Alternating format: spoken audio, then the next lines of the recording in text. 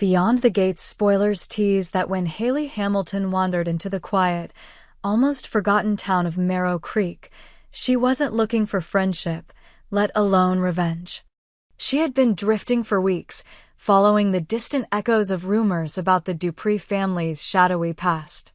They were whispered about in truck stops and off-road diners, a Southern dynasty cloaked in charm and blood. Her arrival was unnoticed, except by one.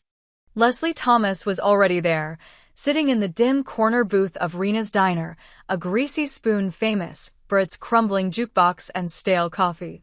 Hayley slid into the seat across from her, uninvited, unannounced. They locked eyes briefly. There was no recognition, no spark of memory, just a flicker of curiosity. Then Leslie spoke. "So, friend, how exactly are we going to help each other?" Hayley tilted her head, that sly, crooked grin pulling at her lips. "Depends," she said. "How much do you want to see Dupree burn?" The question didn't startle Leslie. If anything, it grounded her. She leaned in, pushing her half-empty cup of coffee aside. There was a silence that fell between them, not awkward, but loaded with potential. They started trading names, fragments of personal history, stories that slid just short of full truths. But they both understood something vital in that moment. They were no longer alone in their mission. Hayley had seen the cruelty of the Dupree family firsthand, how their influence wrapped around people like barbed wire. Her sister had worked for them, then disappeared under mysterious circumstances. For Leslie, it was a deeper, more complex rage. Her father had once worked the Dupree estate as a groundskeeper, only to be framed for theft and sent to prison, where he died under suspicious circumstances. Neither woman trusted easily, but something about the other struck a chord of recognition, even if neither of them could name it. Their alliance was tentative at first. They began by observing. Hayley watched from a distance as Leslie used her janitorial job at the local high school as a cover to collect information.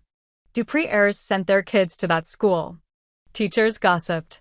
Secrets spilled easily over substitute teacher logs and detention slips.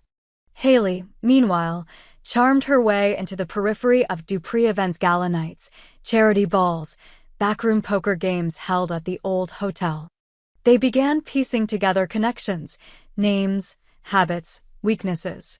The more they worked together, the more their differences became their strength. Hayley was bold, instinctual, and knew how to provoke. Leslie was cautious, detail-obsessed, and strategic. Their late-night planning sessions, often held in Leslie's cramped apartment above the town's hardware store, were half chaos, half symphony.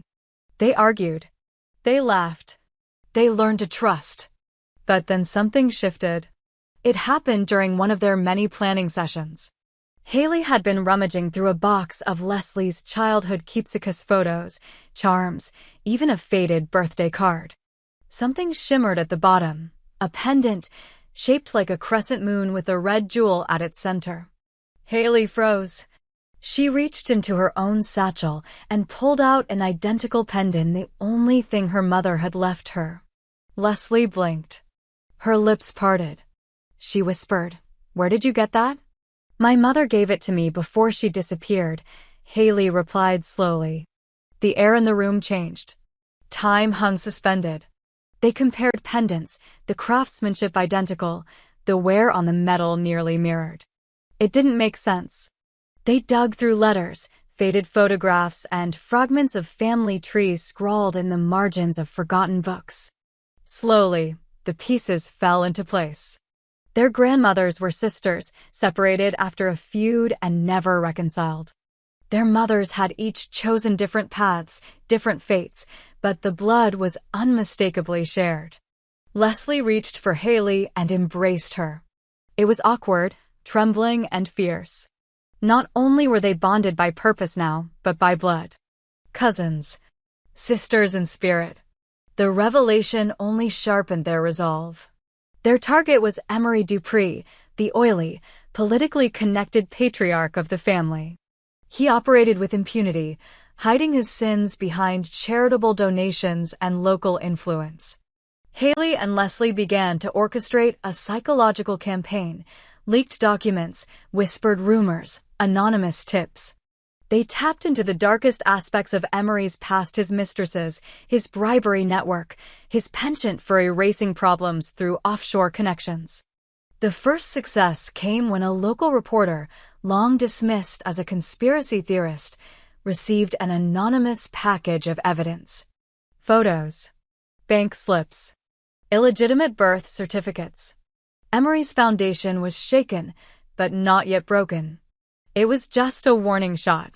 Next, they sabotaged the Dupree estate's security system, exposing holes that invited petty criminals to slip through and loot the wine cellars and rare art collections. Emery blamed his staff, fired people, trusted no one. Then came the psychological pressure. Leslie sent him anonymous letters containing cryptic lines from his own journal notes he'd written decades ago in an attempt to justify his betrayal of friends and family. Hayley planted an audio recording in Emery's study that played late at night, a woman's voice crying, asking why he left her to die. The final straw was personal. Hayley impersonated a woman from Emery's past, someone he had seduced and abandoned in another state. She confronted him at a public event, her performance electric with grief and rage. The media loved it. Headlines exploded. Political donors distanced themselves. Investigations reopened. But the deeper they pushed, the more they discovered. Emery wasn't just corrupt. He was dangerous. Tied to a hidden society of elite families who used Merrow Creek as a facade for something far more sinister: ritualistic gatherings, disappearing townsfolk, and a subterranean room beneath the Dupree mansion used for initiations. Leslie grew fearful. Hayley hungered for more. They began to argue, not out of distrust, but out of fear. Fear of losing each other. Fear of what they were becoming. Leslie wanted to stop, to publish what they had and run. Hayley wanted to push the pressure until Emery cracked or combusted. That tension boiled during a thunderstorm one night, when lightning fractured the sky and they faced each other in a candlelit room, pendants around their necks glowing faintly in the dark. Hayley said, "This isn't just revenge anymore. It's war." Leslie replied, "Then we better make sure we win." That night, they finalized a plan. Something big. Irreversible. Emery Dupree was going to be exposed, ruined, and if necessary, destroyed. But they knew, deep down, this war might cost them more than they'd ever imagined. And somewhere, beneath the creaking foundations of the Dupree estate, something had begun to stir. A presence, awakened by bloodline and vengeance, waiting for the final act to begin. Hayley and Leslie were no longer just allies. They were a unit, bonded by blood, fueled by a shared mission, and hurtled toward the center of a decades-old storm. The plan they finalized wasn't just to expose Emery Dupree, it was to dismantle the very core of his influence. Their unity had sharpened to a razor's edge, and every moment ticked like a countdown. They began assembling tools and forging connections. Hayley reached out to her old contact, someone who worked in demolition and owed her a favor from back in Georgia. Leslie, using her access to school files and employee registries, quietly built a list of Emery's loyalists in town, those who had benefited from his bribes and those who simply feared him. Some they blackmailed. Others they tricked. A few they turned. The next phase was infiltration. Leslie posed as a temp hired by one of Emery's shell charities. The position gave her access to internal documents, old blueprints, security rotation schedules, and sensitive email exchanges. Meanwhile, Hayley started cultivating a relationship with Emery's estranged son, Mason Dupree, a man who had been cut off from the family fortune for reasons shrouded in secrecy. Mason was bitter, aimless, and barely holding himself together. Hayley saw an opportunity. At first, Mason resisted.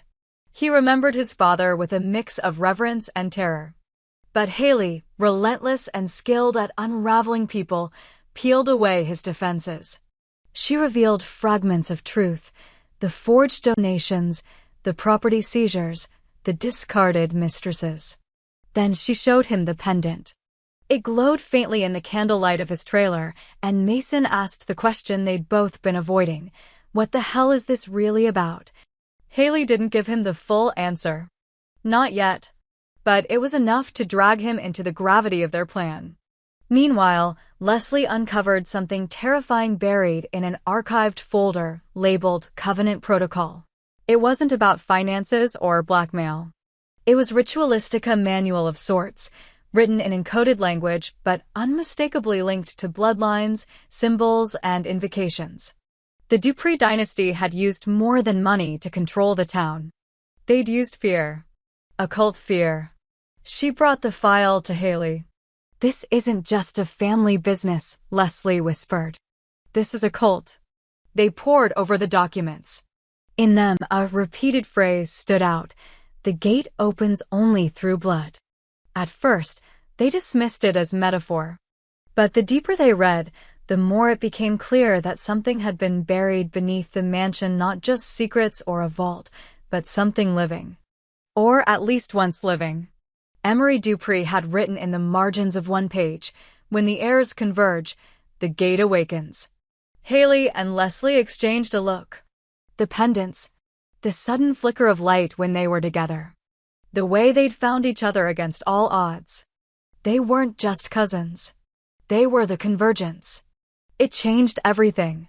What began as revenge transformed into something great: a moral reckoning, maybe even a cosmic balancing.